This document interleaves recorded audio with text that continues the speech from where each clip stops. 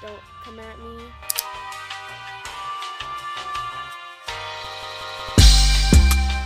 It's time to review the books. It also took so long to do this video. I read 3 books. I read Powerless by Lauren Roberts, and then I read Fourth Wing by Rebecca Yarros and Iron Flame by Rebecca Yarros. I was conflicted between starting Crescent City book number 1. I'm kind of like on the fence about trying Crescent City and reading it because it is a series, so I don't know if I'll be able to finish the series in this video. Obviously, probably not. Or like saving it for this video or doing it in another video. And then I found out that the book is 800 pages and I was like, I think we're gonna save it for another video. I'm planning to film, when I say planning, I mean I thought about it a few times today.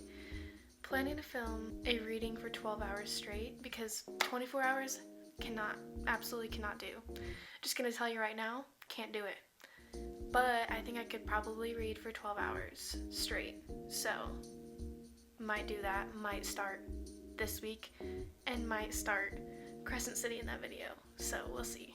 Back to reviewing the books. I started off this video, concept, what have you, with Powerless by Lauren Roberts. I deleted all of the footage of me reading that book because my double chin was horrible. I just couldn't put that on the internet. So I don't have any clips of me reading Powerless, but I promise you I did. And it was amazing. It was the first fiction book that I had read for the year. Okay, this lighting is kind of horrendous. Okay, so I finished reading Powerless yesterday. It took me, I think, 3 or 4 days. It was really good. It's 500 pages, and I rated it 4 stars on Goodreads. I did not rate it 5 stars, but it was still so scrumptious. Like, I'm not even kidding you. Like, it was amazing. Yeah. I rated it 4 stars because I really liked the storyline. I like the dual POVs of Don't Come At Me, Kai and Payton, I think is how you say the main character's name. I liked the dialogue. I have so many quotes of Kai in my phone right now, which is kind of like scary. I rated it 4 stars instead of 5 just because there was like, not plot holes per se, but so much happened in this book that I feel like sometimes the author, Lauren, would just kind of like rush over it, which I get. Like, there's a lot that you put into it. There's a lot that you wanted to like it, get going. But I just feel like sometimes it was like really rushed and I had to reread pages because I was like, wait, was that really like all that was wrote about that? But I think the chemistry between the 2 characters, so Kai and Payton, was so well done, and then the plot twists that were sprinkled throughout. It was just like, I was captivated. I did not want to put the book down. I was really sad that I had to continue with my responsibilities instead of read for a whole day. So this is really good. Powerless was the first fiction book that I had read this year, I'm pretty sure. I could be lying. I think the first chapter was a little bit slow to get into just because I was kind of coming out of a slump and I just didn't know what to read.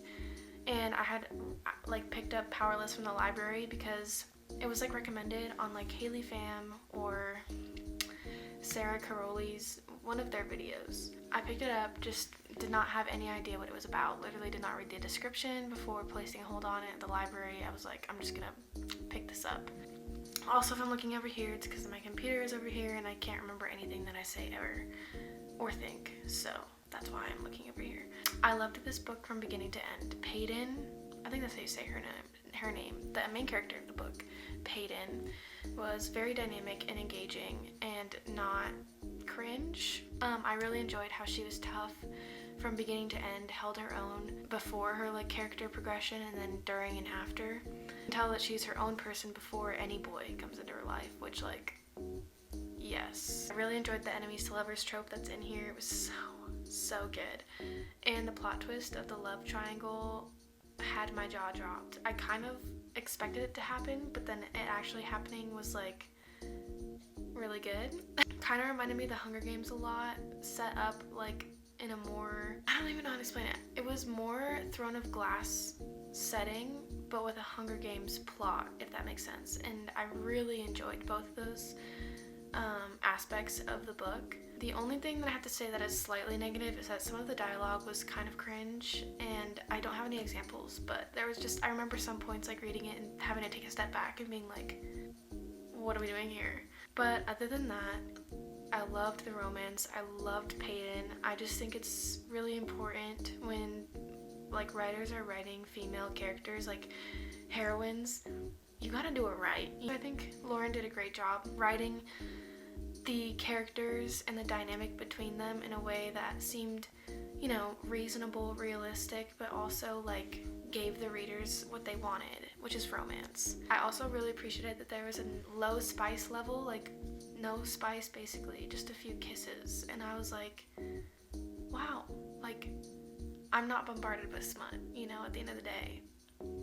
I appreciated it. I'm really excited to read the second book in the series. I pre-ordered it literally right after finishing Powerless, and I think it's coming in the mail next month, but I really don't know for sure. Next, we have this. I had heard a ton of hype. You don't even have to tell me, like I had heard a ton of hype, okay, about this book, and I really just had no desire to read it because I had heard so many mixed reviews, and usually when I hear so many mixed reviews online, I just stay away because I'm like, I don't know. And then my coworker said that she really liked the book, so I bought it the same day. For a book with so much like world building and politics and characters and like just overall lore, it's a lot. It is just a lot. I think it took me about like 200 pages to get invested with the story.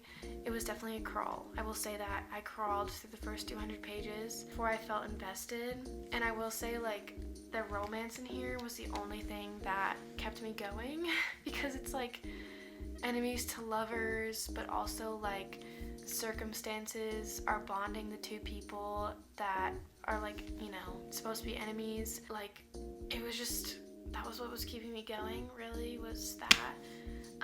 And then also like Violet's character progression throughout the story was just a breath of fresh air because it wasn't like she was too far gone like in her weakness, or she wasn't a damsel turned heroine. She was always a heroine. Just got more confident throughout the story and like got more confident in her role in the college, which I really liked because it was like she was always going to be powerful, and I just feel like that was like really encouraging. And then towards the end, I was really invested in the ending, like made me want to immediately pick up Iron Flame. I finished this at work.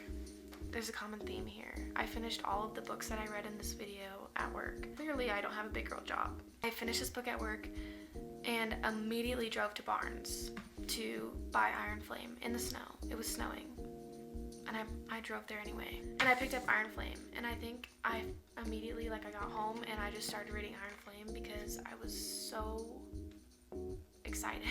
Like the ending of Fourth Wing made me really excited for this book. I rated Fourth Wing 3.5 out of 5 just because it took so long to get into it. This book is significantly longer than Fourth Wing, and I don't know how, like it's been a long time since I read a book of this length. I think since ACOTAR or Throne of Glass.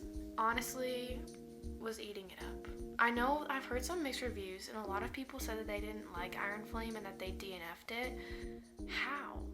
Even though some parts were slow, I still like was craving reading this, and I read it every single chance that I got. Okay, I'm going to the library right now. I had an appointment and I literally canceled it, well, rescheduled, because I want to read so bad. I'm like 200 pages away from finishing Iron Flame, and I don't know, I think I might be able to finish it like tomorrow, but I just have to read today. I will say, if you think the world building is crazy in Fourth Wing, oh my gosh, Iron Flame has so much lore, and I literally could not tell you half, if not 90% of the characters' names, or their dragons, or the towns that they went to. Definitely worth reading if you've read Fourth Wing and you're not sure about reading Iron Flame. Me personally, I would recommend reading this. I'd rate it like a 4-star because there were like a few hundred pages in the middle where I was like, I wasn't bored, I was just kind of like, there's so much and I feel like there doesn't need to be this much. You know what I mean? Like there's so many words, but like how many words are actually necessary? Okay, I'm gonna insert a clip of when I finished Iron Flame like earlier today at work, because I was like in shock. Like I literally, my jaw was on the floor. I covered my mouth with my hand like this. Like I was like, and reread the last like few pages because the ending was crazy. I just finished Iron Flame, and I wish I filmed my reaction. Also, the lighting's horrible. Simply put, it's really bad. I have no words.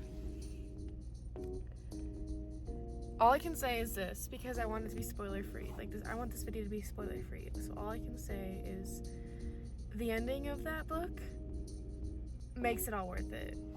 I will elaborate, but I just wanted to say like the ending. Oh my gosh, okay. I'm just gonna take a second to like actually think about what I'm thinking about. And also, I'm like tearing up because it was so crazy. It was so crazy. Yeah, I was like trying not to cry at work. Yeah. And I'm like, if Rebecca comes out with another like third book, I will be buying it like 100%.